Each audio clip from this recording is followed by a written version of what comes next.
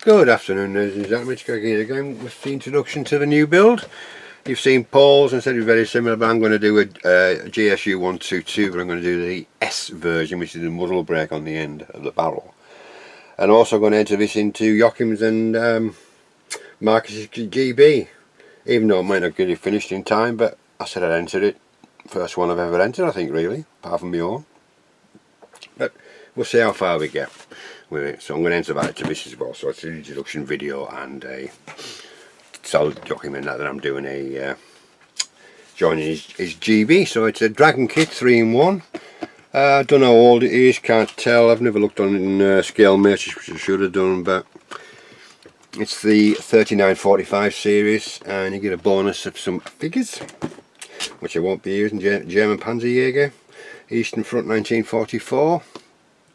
Nice artwork on the front, and then you got the little yellow bit on there telling what else you can build, the 152 or the 122S, which is what I'll be building, and the kit number is 6787.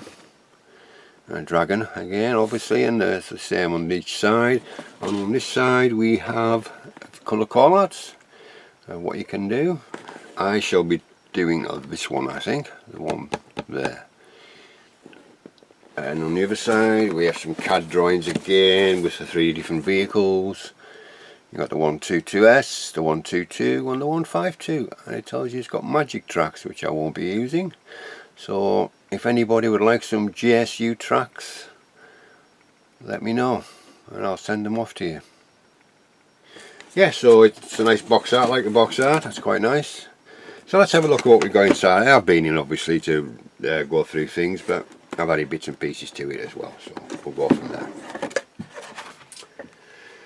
Right, that's just the bags that I've put in. The figures I won't be using, even though they look quite nice, but I'm sure they'll be coming useful for another project in the future. The whole top is nice, nicely detailed, got a nice bit of texture on the front. Rolled steel texture, and probably enhance that slightly with Mr. Surfacer, and yeah, apart from that it's really nice. And see the oh yeah, sorry, marking on the front, the cast texture on the front there, really quite nice, that I like that. And on the rear we have the grills, but I'll be taking these out, these two out, because I have the PE set, so I'll take them out with a razor saw and we'll go from there. I think it'll look better with that. Got a bit of PE in there. Yeah, apart from that's really nice. Got nice weld seams along there. And the lower hull, so it's got plenty of detail on the lower hull again. On the bottom, here we want to show it, you just show it on a mirrored bottom or something like that, so you can see all the detail that you've done on the bottom. The painted, and obviously where all the running gear goes. So that's obviously got quite a bit of stuff to add to that side on there, so it does look a bit bare at the moment. And this is the sprue for the 122S, which I'll be doing. So I've got nice texture on the mantlet covers as well, and this is more of a domed, sorry, rounded edge cap on the top of the barrel. That's on top of the barrel, on top of the top of the hull attached to the gun. And again, you see the texture on there, and there's the barrel for the 122. So I don't know. No, I won't be using that, but I'll be showing. I'm going to have to do a bit of cutting and poking around with what I've got to make it into the S version. So we'll come to that in a minute. This spray won't be used. It's all silver around about E. That's more squared, and the one's more rounded, so you've got nice texture on there as well if you want to do the 152. And there's the 152's barrel, sorry for that. And there's the 122 on there. Again, we've got the top of some engine deck and the rear, which again looks quite nice. Sorry about the glare. Yeah, but it's a typical Dragon fare. And then we have the running gear. Again, won't take it out until I use it. We've got fuel drums, sprockets, running wheels, return rollers, suspension arms, other bits and pieces, all nicely done. Yeah, all nicely done. Again, I won't be using the sprockets from this kit. I'll show you why in a moment. Sorry about the glare. But again, see, just usual fare from Dragon, but it's got nice detail. Got the decals there. Again, I won't take them out, so there's quite a few different decals there you can use.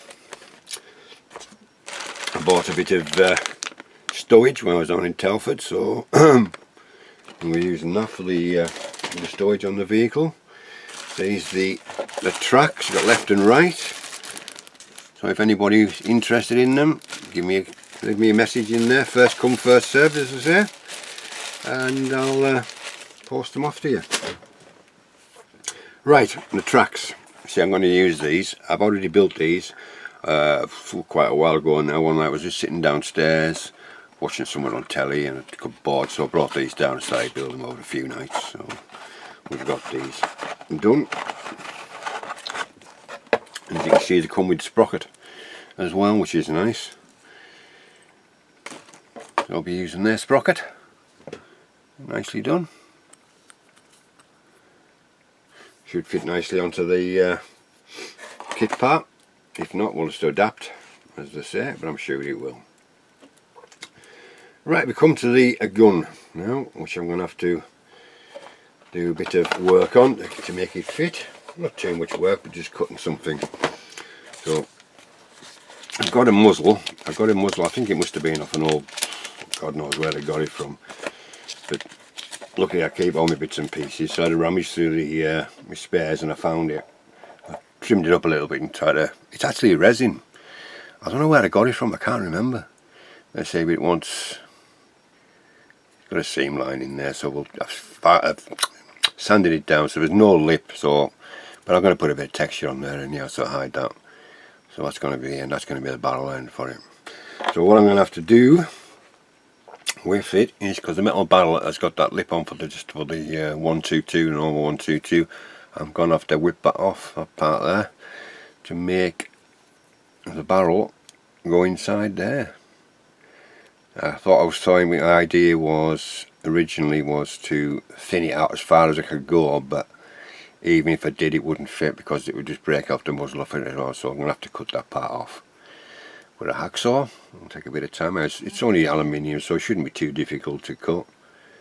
But I've got a vise, so it shouldn't take too long to do that. I may do that this afternoon actually, and get that set up and leave it alone. And then we have the usual Dragon instructions. Not many sprues, like I say. It's a fairly straightforward build. There's only a couple of bits and pieces that you're not going to use. Even on all the versions by the looks of it, you're not going to use the saw and the plate there, but all the rest you're going to use if you're doing your one of the 3 versions. It's typical again. Typical Dragon fare. The build itself, it looks fairly straightforward, it really does. Nothing too difficult on there. Typical Dragon fare, just have to be careful of where things go, if it's in the right hole or they've got the right part, or yeah, so it's, you know, it's fairly straightforward.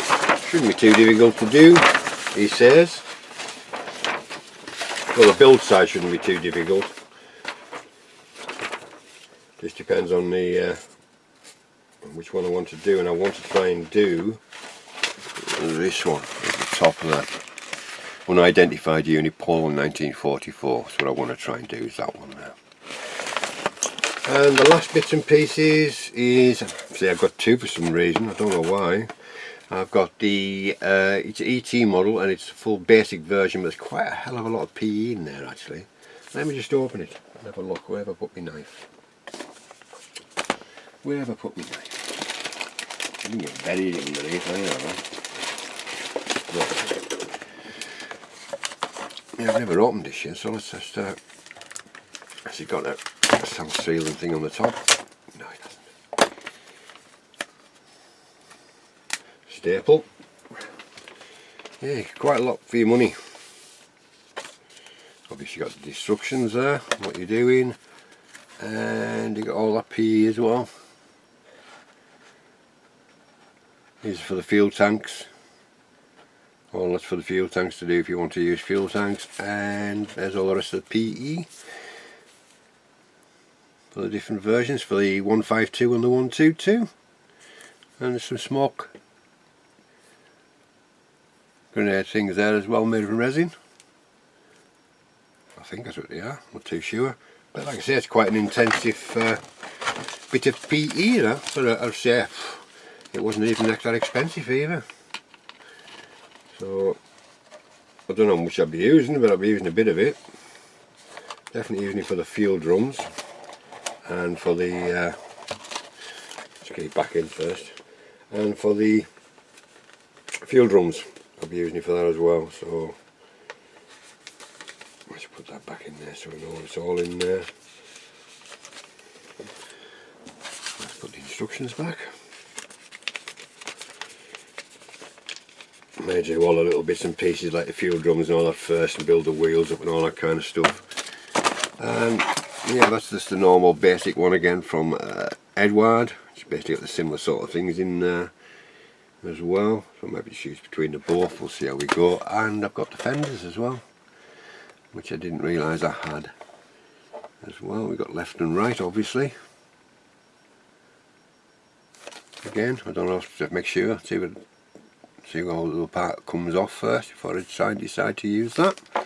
Yeah, so that's the build going to be. It's going to be, you know, the build itself shouldn't be too difficult.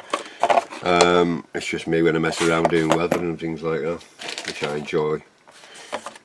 That's my part, is well, painting, but weathering is the favourite, so we'll get it done. So if anybody's interested in these tracks, just, you know, first come first served, and you're more than welcome to them. I'll just put it all back in the box, even though I'm going to make a start on it today. But we shall just put it all back in for now. And I used MRP paints on the Sturm Tiger, if you remember, and I did like using them, I must admit, so I bought a few different ones, the 4BO and the protective 4BO, so I'll be using those on this build as well. So I did enjoy using them, and they were nice straight from the bottle. You can thin them, but I managed to do the camouflage by hand on the one on the Sturm Tiger, so you've got a nice consistency, a nice flow there. You can really do a lot with them MRP. Slightly expensive, I agree, but the paint quality is really nice and it goes down nice. So that's where we are. So that's what I'm going to do anyhow, starting today. So thank you very much for viewing, and thank you to all my subscribers, and thank you for the comments on the Dreadnought so far. I really am, you know, feel humbled when I get some of the comments that I've had for it. But that was another enjoyable build, and I say I will be doing another couple more ships along the way, including the Bismarck at some point. And it'd be 1/350th scale again. Yeah, so I've got a few other builds I would like to do as well. After this one, Paul's going to concentrate on his Nelson, and I'm going to do a diorama that I found, well, a picture of a diorama which I'd like to try and reproduce. In fact, there's two, but I'm going to do one to start with.